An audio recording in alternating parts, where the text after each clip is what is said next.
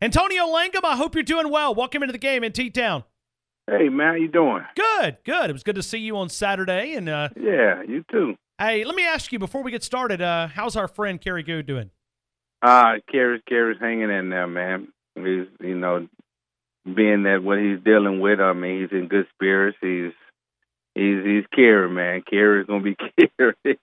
So he's hanging in there, man. Well, good. Some days he has his good days and his bad days, but Kerry's Kerry. I talk to him quite often, so yeah. Well, good. Send him our best and tell him we're thinking and praying for him here in Tuscaloosa. I definitely will. Appreciate it. Antonio, let's start and talk a little Alabama football here for just a minute. When you look at Nick Saban, how has he changed from when you met him as a rookie in Cleveland and where he is today? He's a little more, let me just say it this way, he's a little more under control now than he was when I first met him as a rookie. When I came in as a rookie, my God, was he a coach? He was a darn good coach then, but he was one of those babies. If you didn't have thick skin, you would probably want to fight him every day at practice. Now, I'm not saying that they probably don't want to fight him now in practice, but I always joke with him and tell him he's a little more softer. He's a little soft now than he was when I played for him. He always just starts laughing. But, I talked about this about 15 minutes ago on the show, and I'll say this. At 65 and a half, I want to be that energized guy. Like, I want to be that type of Nick Saban where, the energy and the passion is still flowing at 65 and a half. Not too bad for his age. No, it's not bad at all for 65 and a half. Winning championships gives you that energy, keeps you energized. I'm pretty sure if he was losing, he probably wouldn't have as much energy. He'd probably try to figure out how to get out of there. But when you're winning like he is and you're getting recruits like you want and you're winning championships, I think I can stay energized for another 65 and a half. No doubt. Let me ask you, when you look at losing that championship game, what do you think Nick Saban's going to be like? Because we've got a couple of doses with these press conferences. He's been a little irritated, and you can still see that championship game's on his mind. How will he handle it? You think he'll handle any different coming off of a loss in the championship game? Man, first of all, he's a competitor, and he's always been a competitor. So I already knew losing that championship game was going to get up under his skin and was going to stay under his skin for a long time. I understand what coaches say and players say. Well, we lost the game and it's over with now. We move on, get ready for the next season. No, I don't care what you say. It's a championship game, and you lost it. And you lost to a good football team, but you lost it feeling like that you should have come out on top in that game. Of course, my whole spring and my summer leading up to the season, I'm gonna have it under my skin. I'm gonna be a little teed off, and I'm gonna coach just a little harder than I have in the past, just to let them know that if I'm ever in this situation again, I won't lose or we won't lose. So of course, he's gonna coach a lot different than he. I don't say he's gonna be any different than he has been, but I'm pretty sure that passion, that fire is gonna burn, gonna run a little deep and burn a little hotter, seeing as though he lost the championship game. Antonio, when we look at losing guys like Reuben Foster, Jonathan Allen, Dalvin Tomlinson, Marlon Humphrey, that's a lot of production that you lose on the defensive side of the football. Who do you see being that next alpha dog, that leader, that best player on that side of the football? I really think Reuben's running buddy come out of high school with Evans. I think he could be that next alpha dog. But there are some more guys that I think can be too. If Sean Dion Hamilton can come back strong off of that knee surgery, I think he can be that next Reuben, that next alpha dog that we had. I think our secondary wise, Ronnie Harrison, he seems to be the leader back there, the one with that fight and that tenacity. But I really like 28. I like Anthony Everett, right? Yes, sir. Yeah, and you mentioned him this time last year, and we thought, well, I don't know where Antonio might have bumped his head, but he had a great season. Yeah, I like that kid, man. And let me tell you why. I'm going to tell you something about that kid that I was at practice one day, and after practice, I was walking through the weight room, and he was over there by himself working out after practice, doing some leg work. And I walked over to him, and I just wanted to introduce myself to him, just say hello to him. And before I could get over and extend my hand and say hello to him and say my name, he looked at me and said, "Listen," he said, "I already know who you are, man." And I was like, we had a good little talk, man. And I'm not saying that's the reason why I like the kid, but I like a kid who starts out and people look at him and say, well, he's not going to be that good because of things that have happened. But then he turns it around and he becomes that football player that you're looking for. And I think that's that next guy that, he played good last year. And, everybody talked about Marlon, but I think he's going to be that guy that I think he'll get a lot of the task of covering certain receivers if we go man to man. And I'm not knocking Minka because Minka's a heck of a football player too. But Minka could be moved around in a lot of different places. But I really like 28 at that corner. How many options does that give you? If you've got Minka at one corner, Anthony Averett over there, you're pretty okay. You're okay with safety. Tony Brown, I think, can be a special player if he can get everything worked upstairs correctly and sort of clicking in the right way. That gives you a lot of flexibility when you can lock down both sides of that corner. And I had the opportunity to talk to Tony, man, and we had a long conversation one time, and me personally, I mean, other people may have, but I've seen some growth in Tony since the things that he went through and the things that have happened to him. And I just kind of gave him some advice, and when he was going through it, he was just like, man, I created this problem for me, and I just don't kind of know how to handle it. I said, man, look, just reinvent yourself. They brought you in here as a 5-star guy. Reinvent yourself and be that 5-star guy that they're looking for. I said, one thing about it is we easily forget. When you start producing for us and you're doing what we expect you to do, we easily forget about the other stuff. So just reinvent yourself, man. And I think he's coming along. He's getting the picture. I think sometimes things got to happen to you sometimes for you that light to come on, for you to open your eyes and see that you're blowing a great opportunity.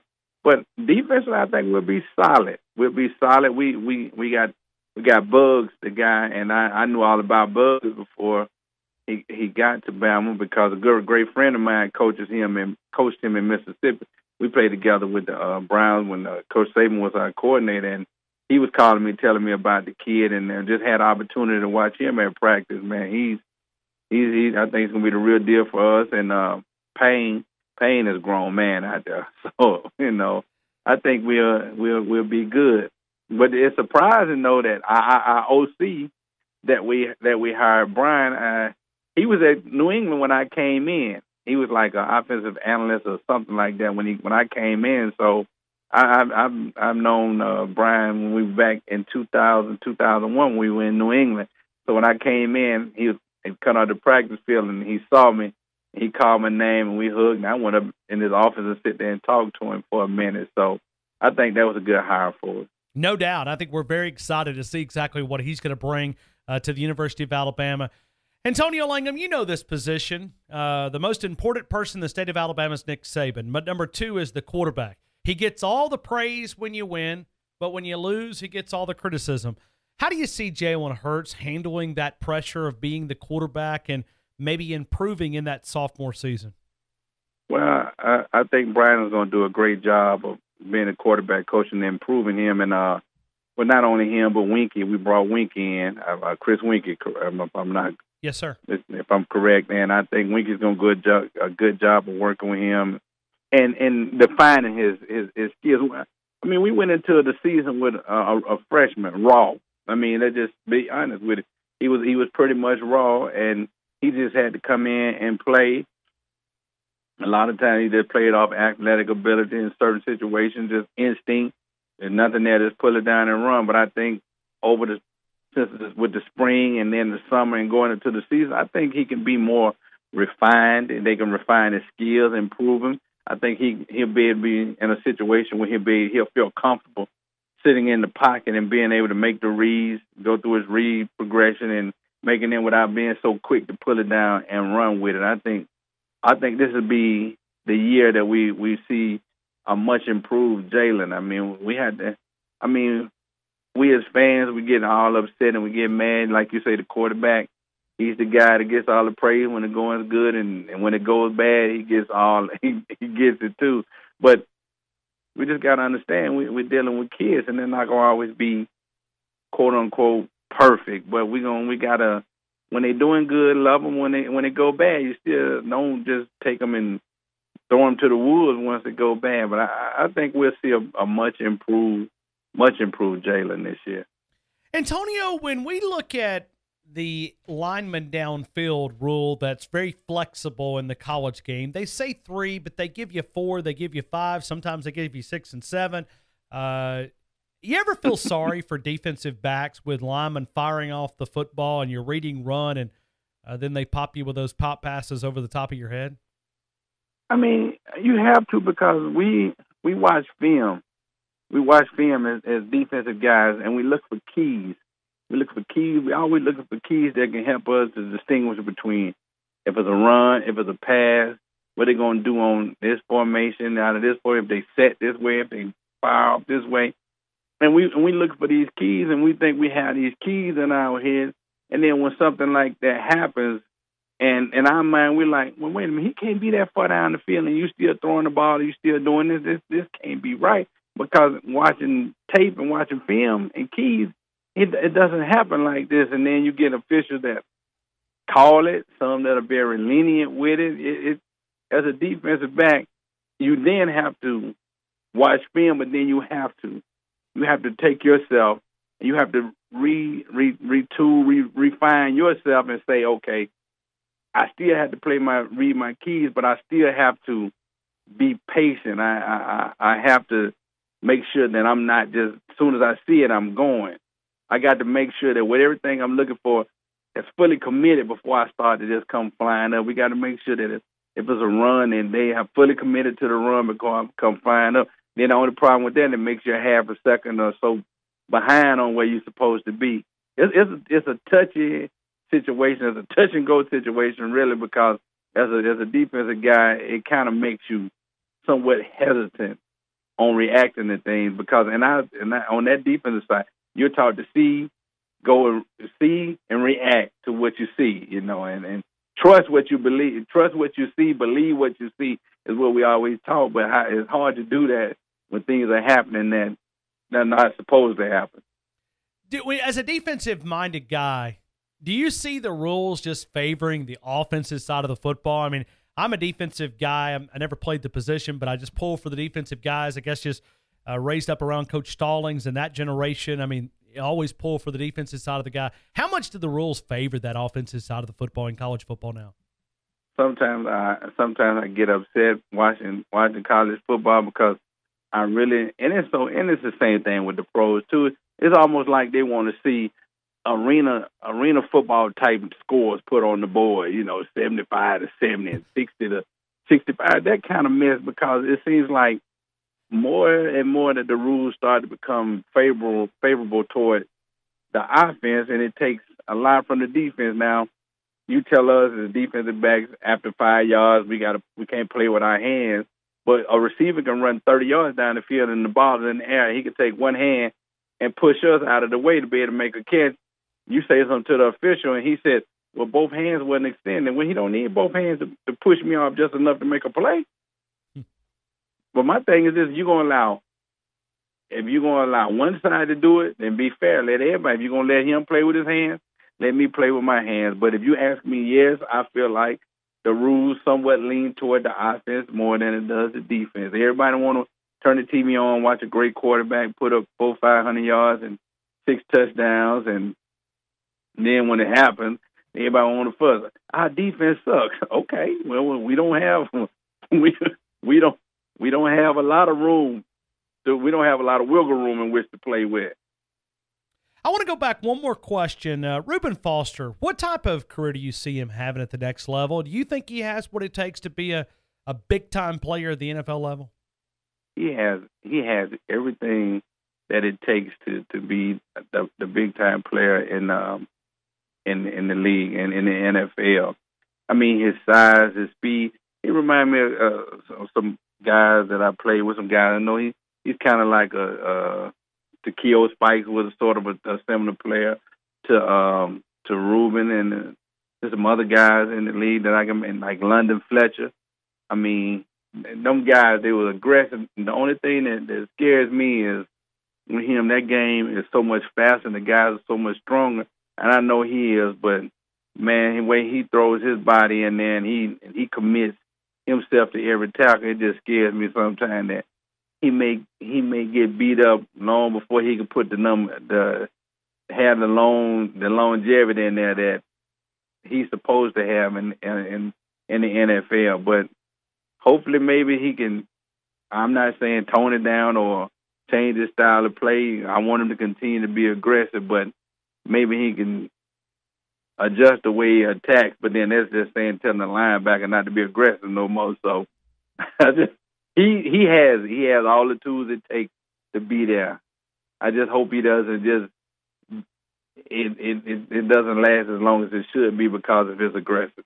Final question. I said the previous was a final question, but Nick Saban a couple of weeks defended Reuben Foster. I thought the situation was blown out of proportion.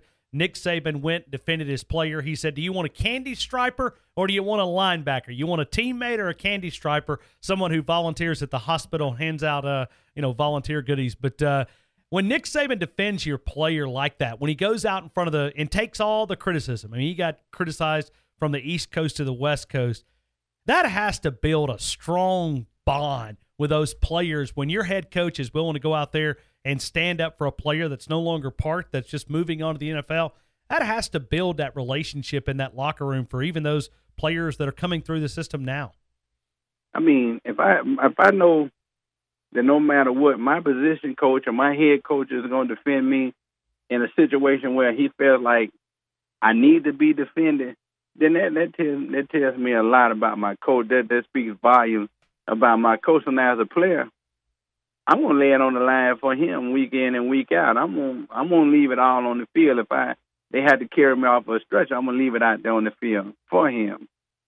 And there's no questions asked. Now I'm gonna just say this about that combine stuff. Trust me, I went to the combine. It can be long and drawn out. I mean, you land and you going there to see doctors, and most of them might be taking the time because regardless of how it is, they hired through the NFL. They're going to get paid their money if they rush through it, if they take forever to get through it. So you may sit in a hospital all day waiting on this doctor and that doctor, and they pulling and they poking and they prodding and they sticking with needles, man, from 6 in the morning till that night, man. I would get frustrated. Your patience are well thin. And that's what people get mad at Reuben, who haven't been through the combine, don't understand, man. That's a very tedious process that goes through, man, when you get to them combines. And of course, you could get a little irritated at times, and you may be doing it, asking questions. Well, how much longer before I go in? I've been here since 8 o'clock this morning. It's now 2 o'clock. When am I going to ever be looked at? And then sometimes you never know what kind of night or day they're having, and they get an attitude, and you say something, they say something, and then it all get blown out of proportion. But it is a tedious process, man, that can wear thin on even the people who